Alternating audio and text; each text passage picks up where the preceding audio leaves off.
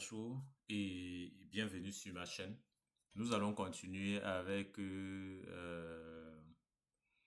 notre formation sur Odoo. J'espère que la plupart des vidéos que j'ai publiées jusqu'à aujourd'hui vous ont plu, que vous les avez appréciées, que le contenu c'est véritablement ce que vous recherchez et que ça vous permet de progresser techniquement sur Odoo et également fonctionnellement. Donc, dans le cadre de la continuité de ce qui a été annoncé, notre formation Odoo, nous allons aborder un sujet assez important. Tous les sujets sont importants. Celui-ci encore plus parce qu'il est fondamental sur Odoo. C'est la notion d'héritage. On en a parlé dans nos vidéos précédentes. Mais aujourd'hui, on va voir cela un peu plus en détail. Donc, avec ce qu'on a fait jusqu'à aujourd'hui, on avait déjà notre menu Training Management. C'est Training Management. Non, il faut corriger cette erreur. C'est bien Training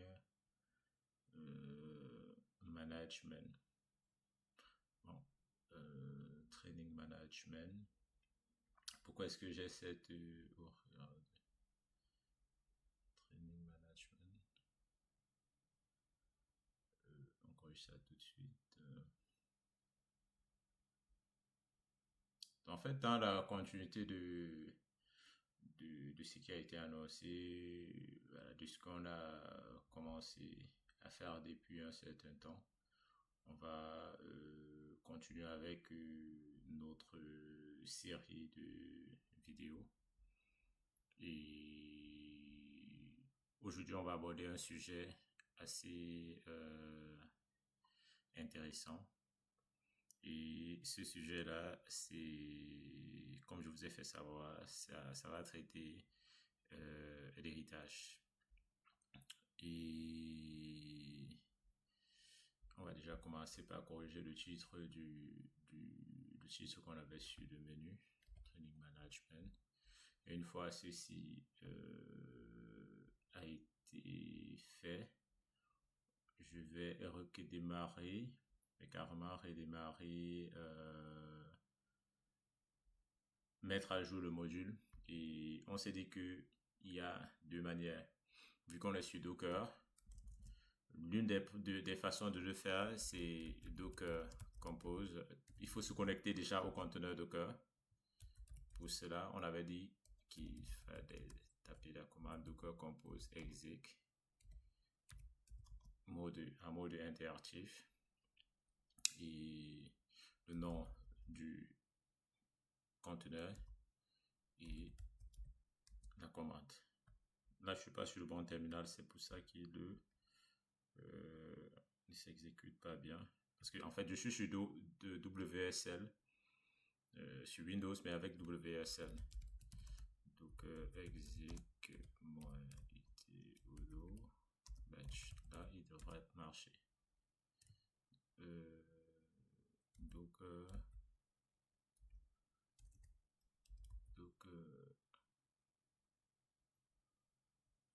compose ps. D'accord. Dans la commande à taper ici, on est dans le bon répertoire là. C'est il va marcher là. Docker compose exec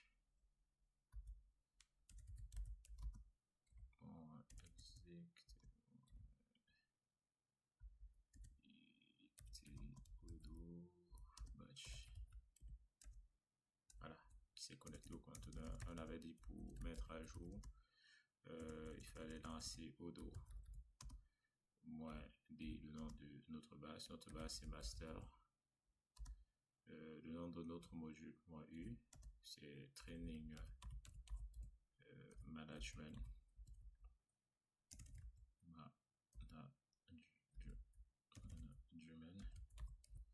Et stop after init.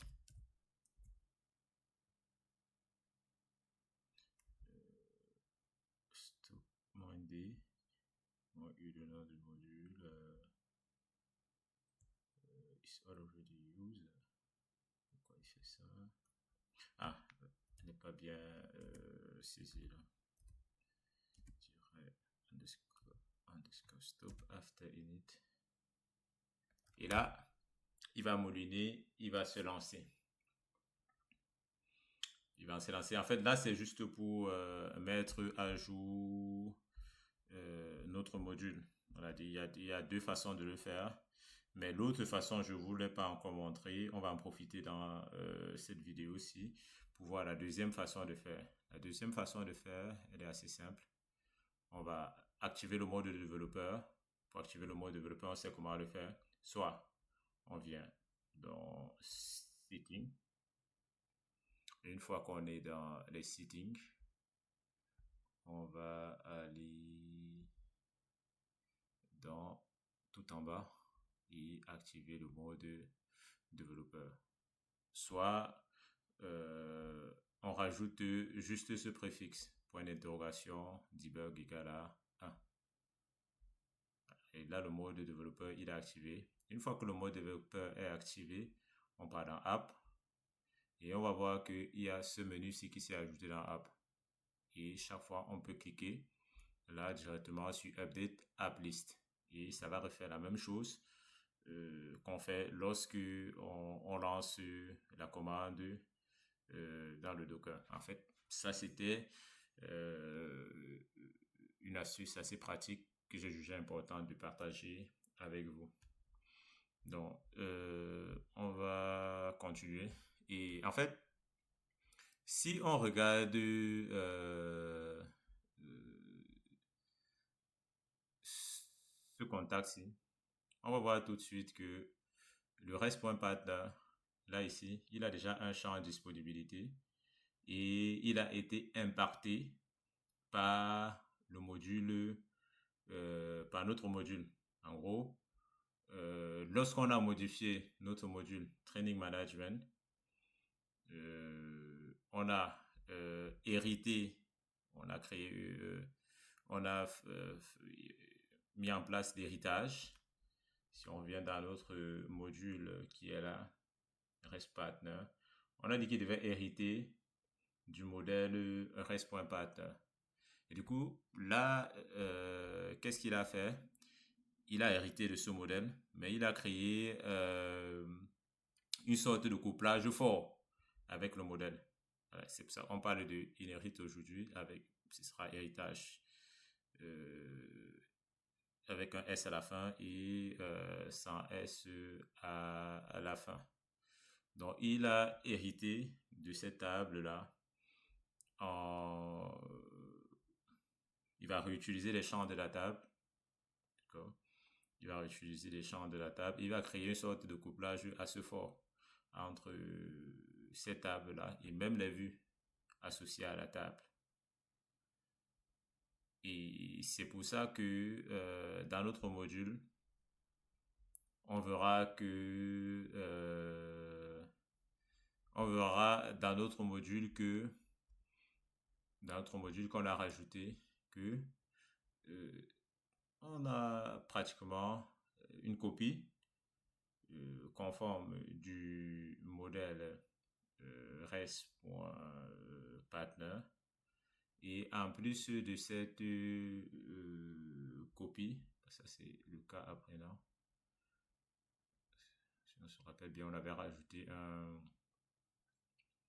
une sorte de filtre là, c'était pas un filtre, mais c'était plutôt on a parlé de domaine et de contexte. On avait rajouté un contexte. Donc, ça fait que là, information complémentaire. C'est une copie pratiquement conforme du modèle contact, du modèle REST.partner qui est là. Alors, si on va dans le modèle REST.partner, il y a bel et bien, il y a disponibilité dans le modèle REST.partner.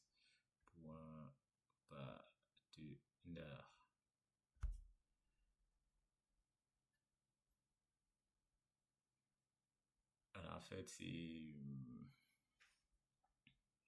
pourquoi est-ce qu'il y a ce disponibilité?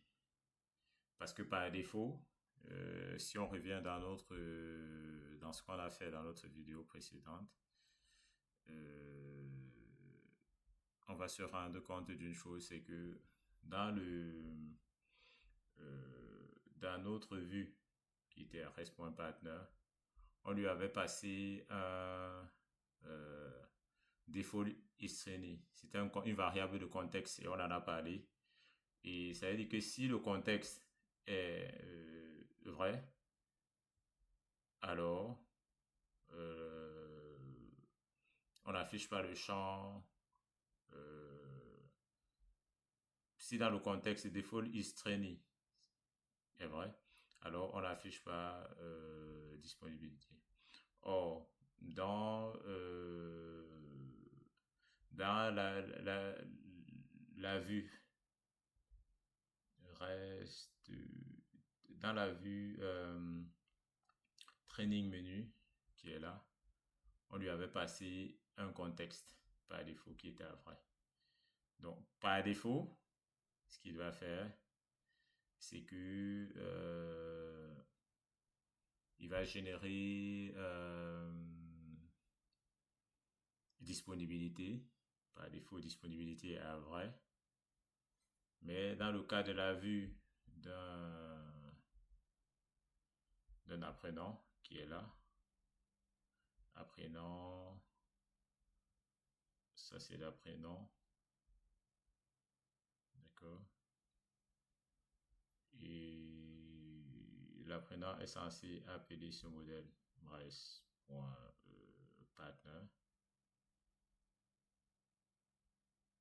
d'accord, et dans le cas de l'apprenant, on a forcément ce champ. Mais par défaut, dans le cas de la vue contact, là, on n'a pas cette information. En fait, ce qui se passe, c'est que la disponibilité va automatiquement apparaître. Et ça impacte, en fait, ce que je veux faire comprendre, c'est que lorsqu'on fait l'héritage de cette manière, ça impacte le modèle REST.partner. Or, nous, on ne voudrait pas que le modèle en question soit impacté. Je vais vous faire voir. On ne veut pas que le modèle, ça c'est le contact, on veut que le contact reste comme il a l'habitude d'être sur le dos. Et l'une des solutions à ça, c'est de créer un autre modèle qui va hériter des champs de Odoo. Bon, Odoo, il va nous offrir une possibilité pour pouvoir gérer cela. Et c'est le sujet de notre vidéo d'aujourd'hui. En gros, qu'est-ce qu'il va faire? Nous, qu'est-ce qu'on va faire ici pour pallier à ça? On va, pour qu'il y ait une nette différence, parce que là, je vais vous présenter le modèle training. Voici training. Voici notre menu training. Lorsqu'on part dans le training et on part sur la vue forme, on a ça. Il est pratiquement identique à contact. Parce qu'on a fait une sorte d'héritage direct et on a la même vue. Donc, nous, ce qu'on veut faire, c'est que on va hériter du modèle contact, du modèle REST.partner, mais en héritant juste les champs et en créant une autre table. Et en créant une autre table, mais pas une table, c'est comme une sorte de table qui se crée via l'héritage, sans en cassant le couplage fort qu'on a actuellement lorsqu'on fait l'héritage avec Inuit. Donc, et pour ça, qu'est-ce qu'on va faire dans notre cas? Dans notre cas, on va simplement venir dans notre module pour pallier à ça. On va faire ceci. À la place de cet héritage-là, qu'on a clairement, défini, on va remplacer ceci par autre chose. On va remplacer ceci par autre chose. Donc, ce qu'on va faire, c'est que on va rajouter ici, à la place du rest.partner, on va le mettre dans un dictionnaire. Là, dans l'héritage, ici, on va remplacer par un dictionnaire.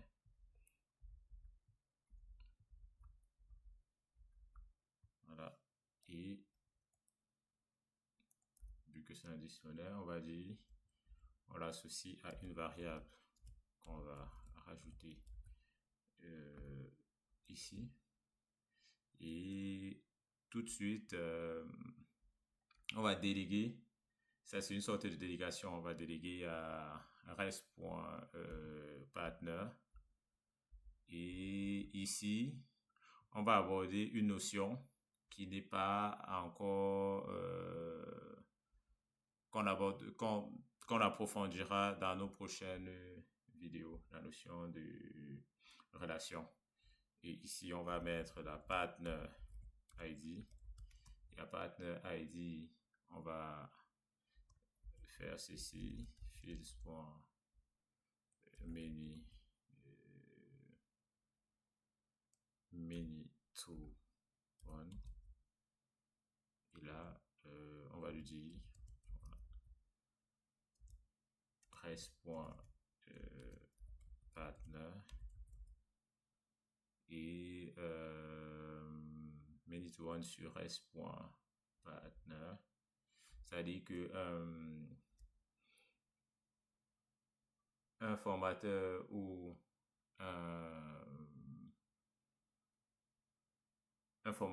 un apprenant est associé à un seul partenaire, à un seul contact. Voilà. Un formateur ou un apprenant est associé à un unique contact. Et si on veut voir les choses dans le sens inverse, voilà, on peut dire un contact peut être associé à plusieurs formateurs. Bon, en fait, l'objectif c'est que plus tard, un formateur, un enseignant, un apprenant autant pour moi, peut facilement devenir un formateur. Donc, et lorsqu'on va faire cette association-ci, on n'a rien changé. Notre modèle va garder les mêmes champs, mais à la seule différence qu'il va se comporter d'une autre manière. Il n'y aura plus un couplage aussi fort. Donc, une fois que ceci est fait, on va mettre à jour notre modèle pour essayer de voir les changements. Là, c'est pour dire le partner ID est toujours obligatoire. Voilà. Donc, là, je vais actualiser, qu'on puisse vraiment voir les changements.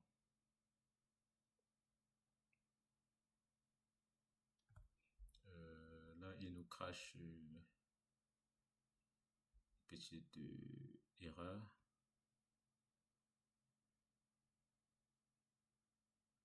Voilà, c'est probablement parce que là, actuellement, on a des valeurs nulles. On a déjà des valeurs nulles dans le système. Et il n'est pas du tout content. Parce qu'en fait, dans le truc, on a dit que c'est requis, que la valeur est requise. Et il dit Python ID of relation contain null value. Ok. Donc, ce qu'on va faire là, on va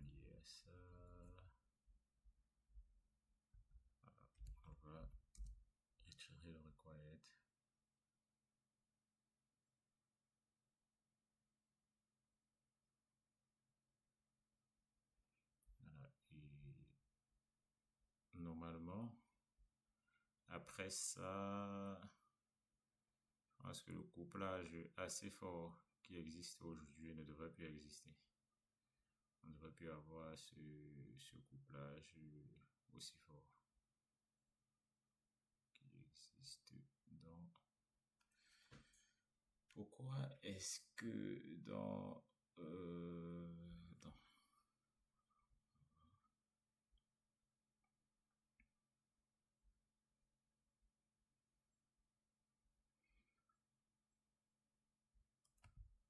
Donc,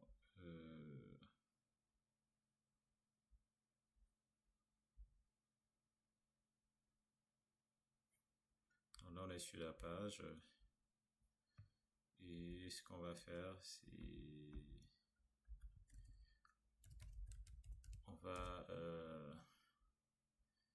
actualiser, voir ce qui s'est passé.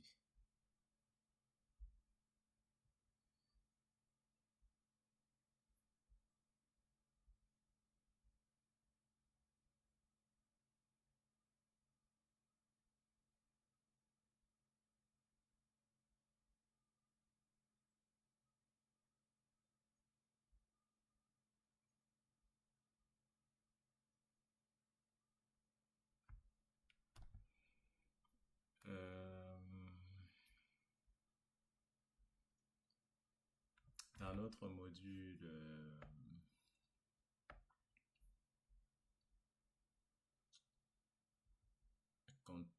rest.partner, on a nos contacts, on a disponibilité. Ça ne devrait plus exister dans notre modèle contact. On ne devrait plus avoir ceci. On ne devrait plus l'avoir parce que on a délégué. On a carrément délégué. Et en fait, il y a quelque chose qui manque dans notre relation. Quelque chose qu'on a oublié de rajouter. En fait, il s'agit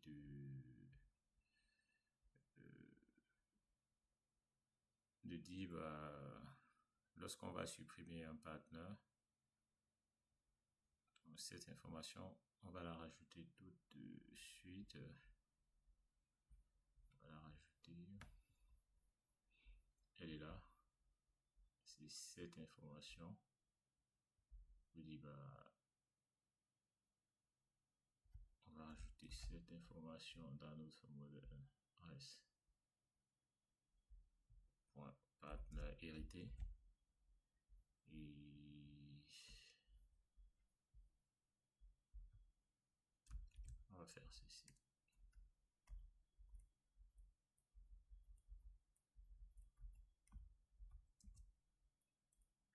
On redémarre. Et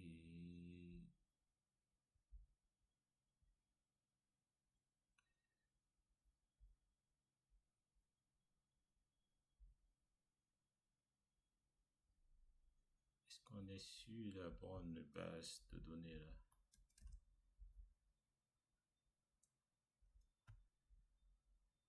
Est-ce qu'on est sur la bonne base?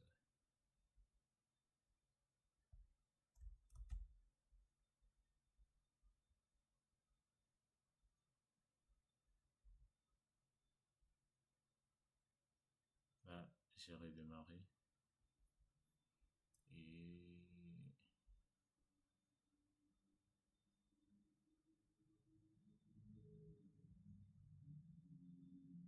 on voit cette notion de couplage assez fort là. Disponibilité. Parce qu'en fait, là, actuellement, dans notre module, on a un champ qui s'appelle disponibilité. Je ne sais pas d'où il vient. On va chercher ça.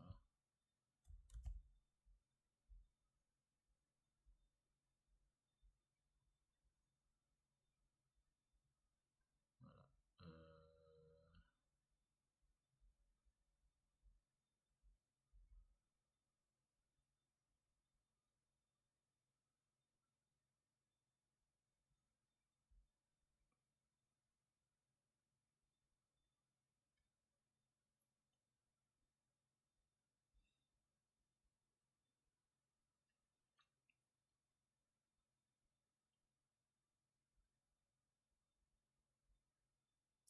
fait, parfois, il a besoin qu'on le force un peu, hein, pour il prenne effet. Parce qu'en fait, voilà. L'objectif, c'est clairement que ce module-ci, il reprenne son état initial. Voilà. Ce modèle reprenne son état initial et qu'il soit différent, il soit carrément différent de la page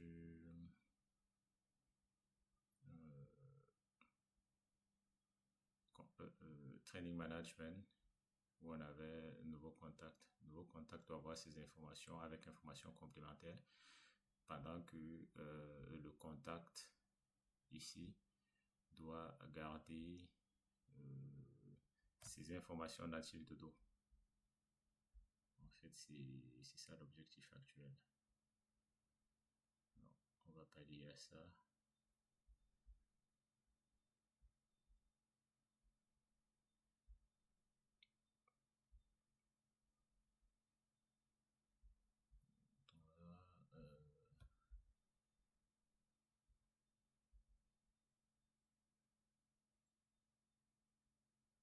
Il y avait pas mal d'informations qu'on avait cachées. Ça, c'était tout par l'héritage. Et ça, c'est l'héritage au niveau des vues. XPath. Bon, ça, c'est pas l'héritage au niveau des vues, mais ça, c'est le remplacement. On intègre un élément dans la vue et on peut lui attribuer sur tous les attributs et on peut lui assigner une valeur. Donc, ce que je vais faire, c'est que je vais forcer là, donc compose down do. On va forcer, hein. Ok,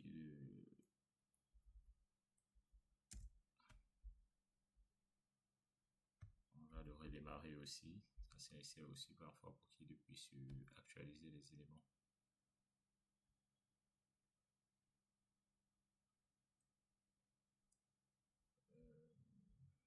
Response partner. Et normalement, tout a été fait là. Sauf s'il y a des éléments qui ont été oubliés. Non? Tout est bon. On fait ceci.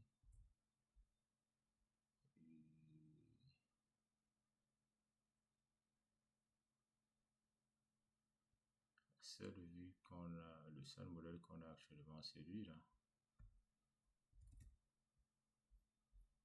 Donc, on va redémarrer.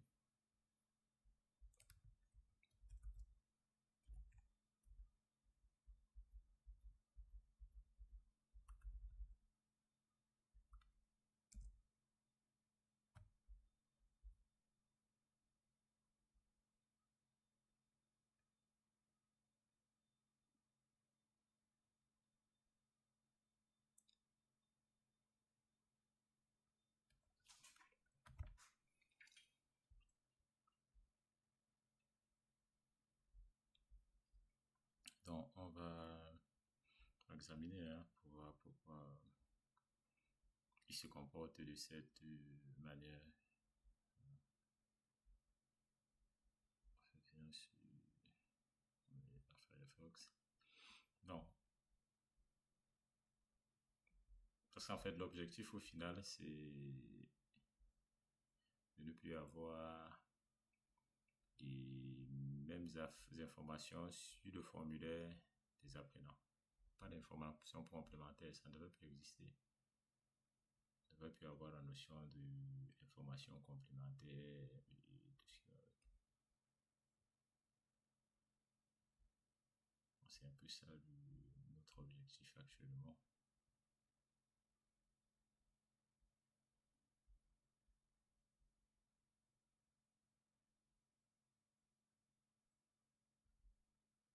Il y a probablement quelque chose que on a oublié de faire.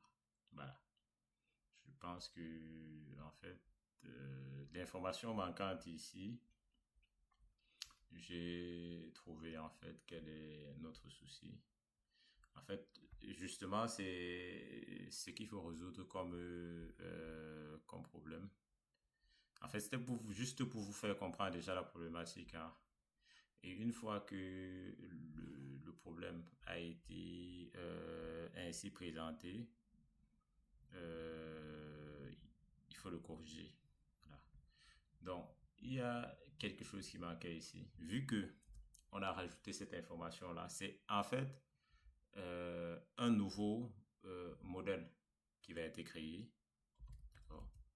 Et vu que c'est un nouveau modèle qui va être créé, on va l'appeler, on va lui donner un nom. On va donner un nom au modèle. On va l'appeler par exemple apprenant, training. On suit la même convention, hein, vous avez vu, res.partner, le training. Voilà. Et généralement, dans les nouveaux modèles, on peut rajouter la description. On peut rajouter la description comme ça et dire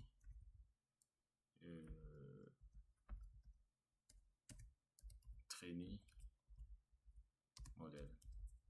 Un truc comme ça. Et on va redémarrer. L'objectif, c'est de casser le couplage fort qui existe aujourd'hui entre contact, le modèle REST.partner et notre module. En fait, ça, c'est quelque chose qui pourra aussi être fait sur d'autres modèles existants, hein. C'est pas que sur le modèle Odoo qu'on a actuellement.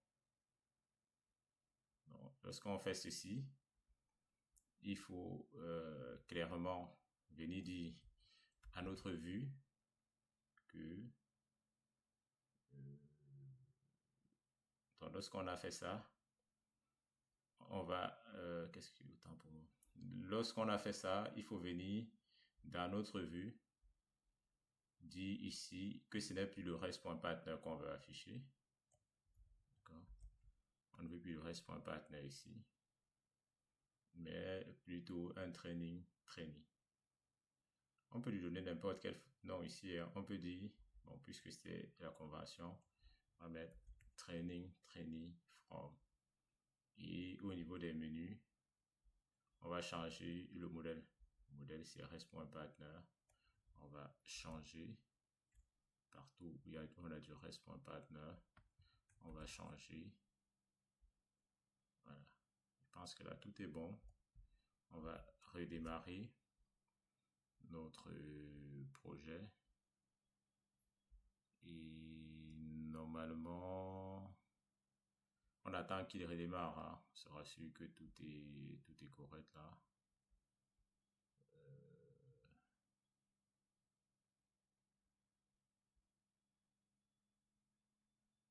Sera sûr vraiment que tout est bon. Une fois que tout est bon, on peut voilà ce qu'on peut faire. Là, j'avais chargé une vue qui n'a pas le droit d'être là. Ouais, peut-être c'est aussi ça le souci. Donc, une fois que j'ai retiré ça, je vais redémarrer. Et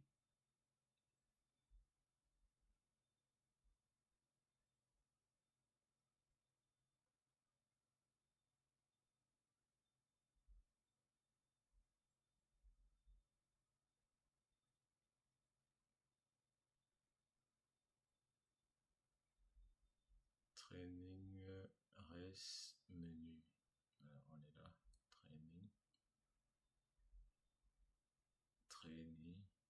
Voilà, training.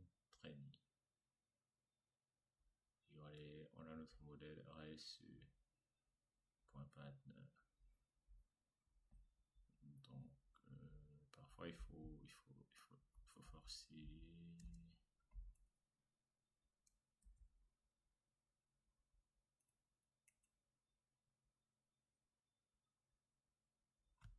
qu'est-ce qu'il nous dit là?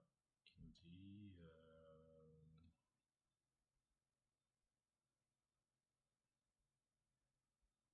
fail to initialize database.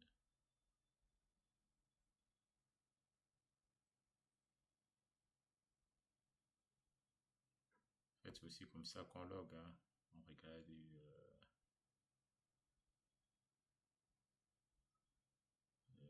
on regarde ce qui ne va pas. Voilà, qu'est-ce qu'il nous dit?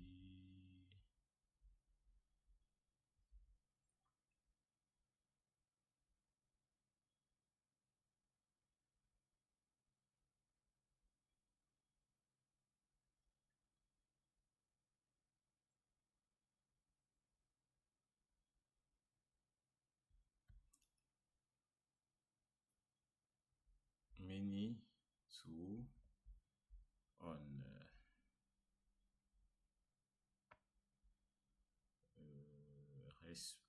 sur res.partner et on fait un require égale de true. Pourquoi est-ce qu'il le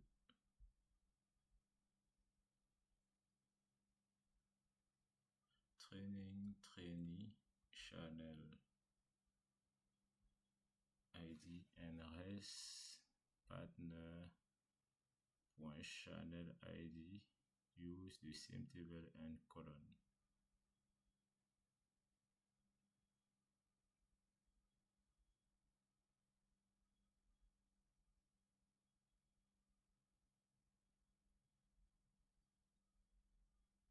C'est quoi le souci là?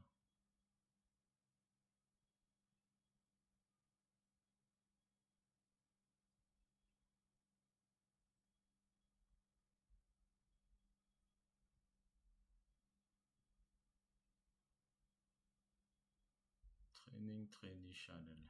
Voilà, on va chercher ça dans notre vue ici. Et là, trainee.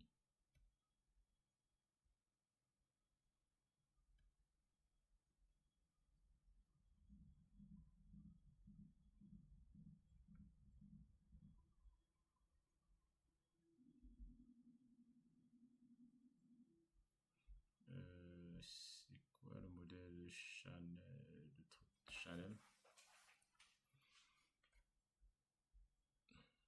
Normalement, il est censé fonctionner là. Le partner ID ici. Voilà.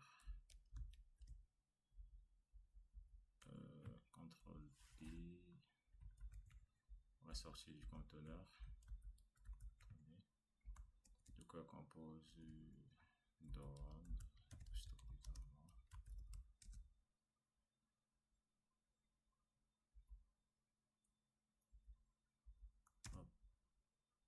Voilà, et exec.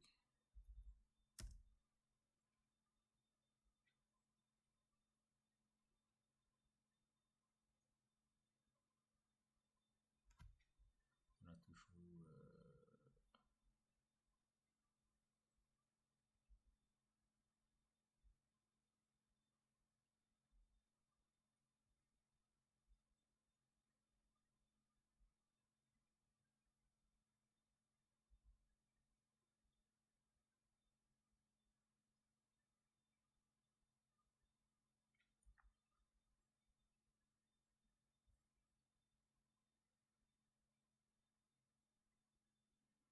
normalement tout est censé être bon là.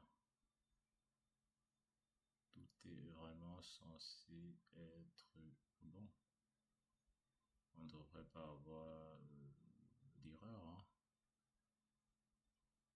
Le partner ID, les feeds, on a tout ce qu'il faut là.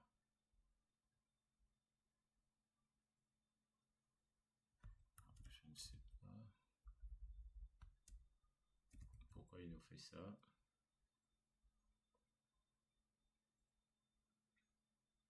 Partner ID feeds.minutes1. Quoi il y a trop. On dit cascade.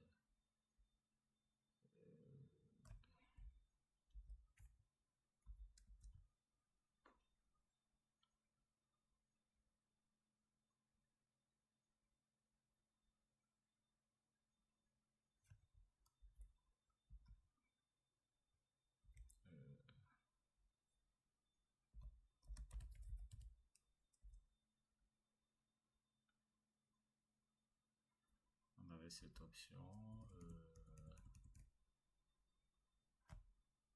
Vous lancez Karma à la base. C'est une option. Si je ne me trompe pas. Là, on est dans notre README. Donc, rest.partner. Training.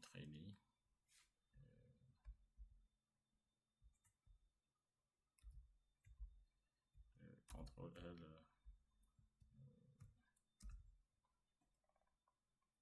Training management. Minding master.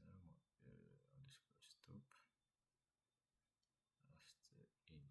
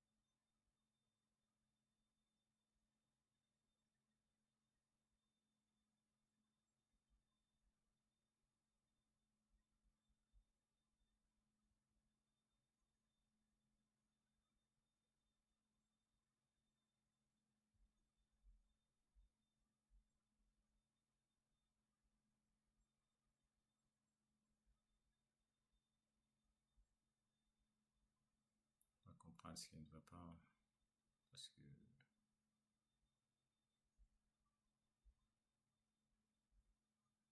voilà, tout devrait être bon.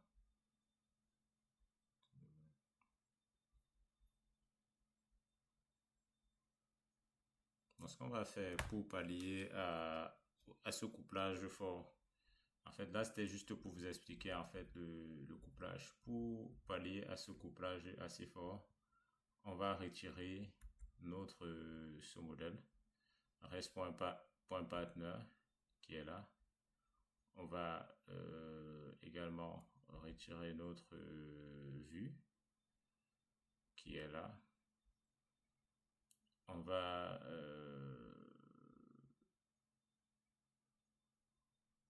rest partner view. Voilà, on va également se séparer de ça. Et pour pallier à ça, on va résoudre le problème en créant deux modèles, en appliquant exactement ce que je vous ai dit tout à l'heure. Deux modèles où on va mettre description et l'un des modèles, voilà, trainer, ça c'est, on va l'appeler ici. Après, lui c'est trainee et voilà, on va le laisser exactement comme il est là et on va l'appeler trainee, d'accord, trainee et lui c'est apprenant, voilà. Et ici on va rajouter notre trainer, ça, ce modèle on va l'appeler formateur.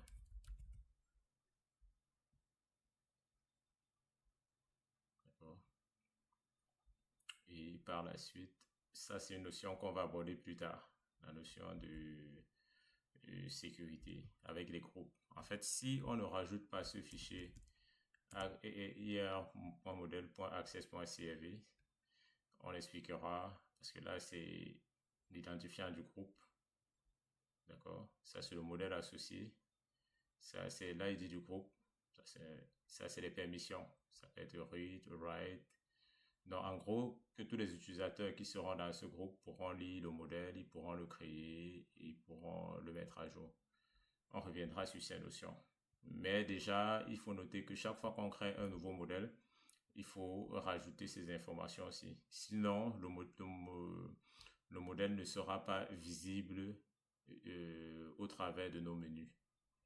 Donc, une fois qu'on a fait ça, on a notre modèle training, on a celui-ci, on a, et ici, et du reste pour être partner, on va faire from point import training. Voilà. Et from point import trader. On a ceci. Une fois que ça c'est fait, on va redémarrer notre module. On voit ce qui se passe. Normalement, avec ça, on ne devrait plus avoir l'erreur. Là, c'est une autre erreur, ça. Training, voilà. Là, cette erreur, elle vient de notre manifeste où il dit qu'il n'arrive pas à charger la vue. Voilà. On va déjà commencer par mettre ça comme ça. Et on va redémarrer totalement le projet. Alors là, il est content. Il est content et internal server error. Pourquoi internal server error? Odo. Il faut Docker compose dans Odo. Docker compose up Odo. Docker compose exec. C'est des commandes que je viens de saisir pour le remettre en place. Parfois, il faut vider le cache. Donc, une fois que je fais ça, on n'a pas le module training. J'explique très rapidement pourquoi. Le menu ne va plus s'afficher, on n'aura rien parce que le modèle actuellement ne charge pas les vues. Donc, pour charger les vues, il faut mettre là et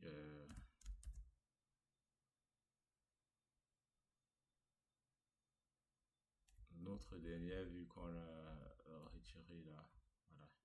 Vue, pour charger les vues, on voit bien que dans la vue, on a training,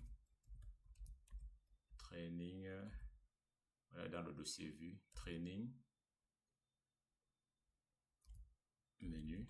On va commencer par charger les menus. Oui, une façon de faire, c'est de dire dans ce dossier là, pour ne pas les charger une par une, on va faire étoile point tout ce qui est au format XML et on va redémarrer déjà pour voir si tout se passe bien.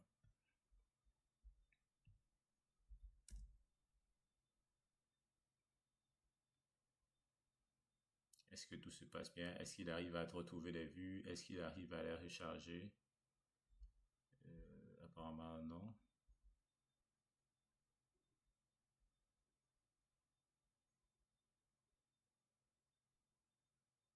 Point d'encourage ou quoi? Non, je vais faire ceci.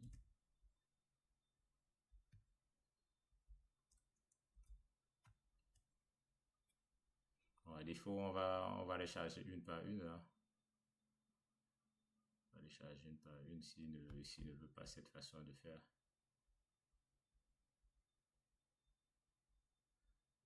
No file training management view. Et dans les vues, bon, il n'aime pas cette façon de faire. Donc, ce qu'on va faire, c'est training menu .xml. D'accord, on va tester.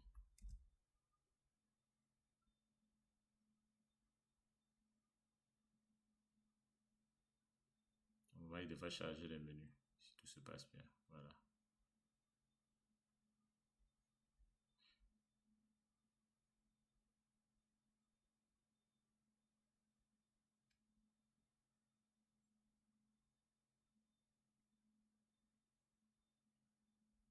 Et là, cette erreur, on va la corriger tout à l'heure.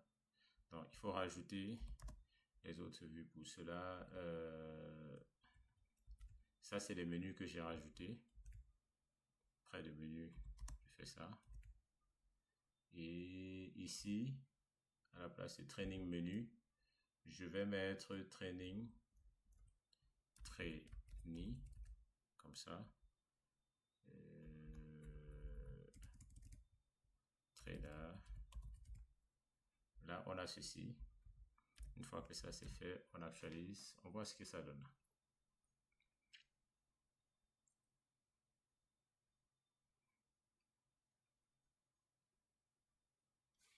Qu'est-ce qu'il nous dit? Qu'est-ce qu'il nous dit?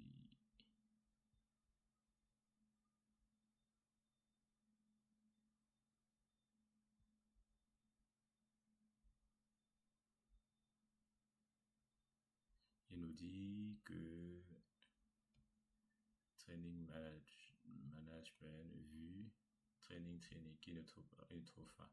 Ah d'accord, c'est parce que le nom n'est pas bon. D'accord. Donc on avait mis training on a le menu et ensuite ici il faut rajouter ceci. Et là pareil, il faut rajouter ceci. D'accord. Et on redémarre.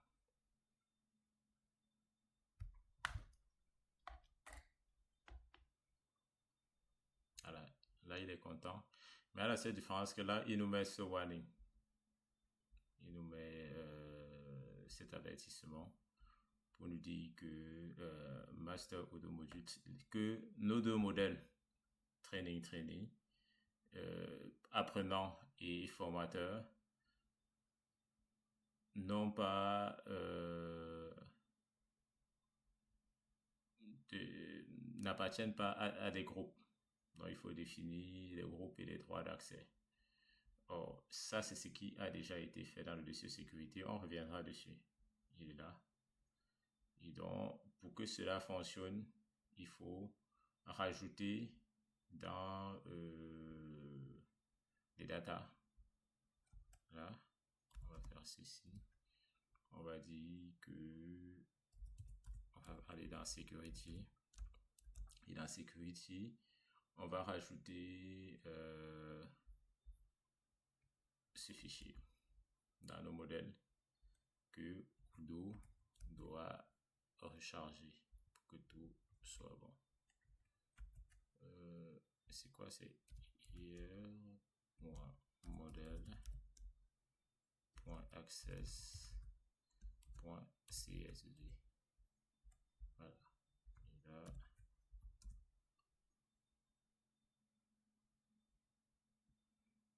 on redémarre. Normalement, après ça, on devrait plus avoir de warning. Let's no group this is deprecated.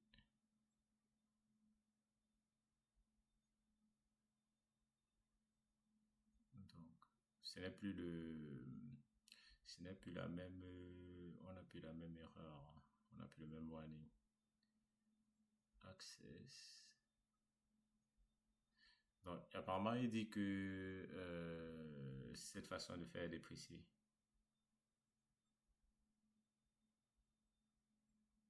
Il faut spécifier un groupe. Training. On a ce champ, on a l'ID.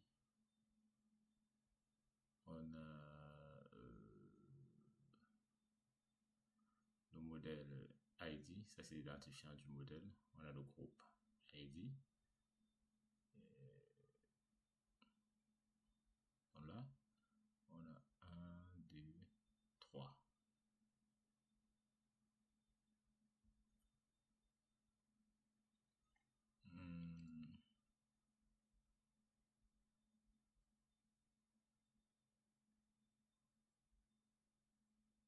Donc, ça veut dire que je n'ai pas spécifié le groupe ou quoi? Là, j'ai Access Training. J'ai le modèle ID. ID. On a le groupe ID. Ça, c'est le groupe qui est défini là. Donc, si je fais...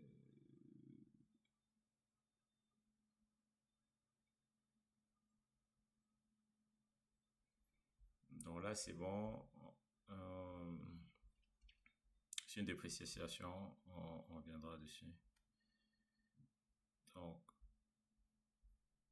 on va actualiser tout de suite notre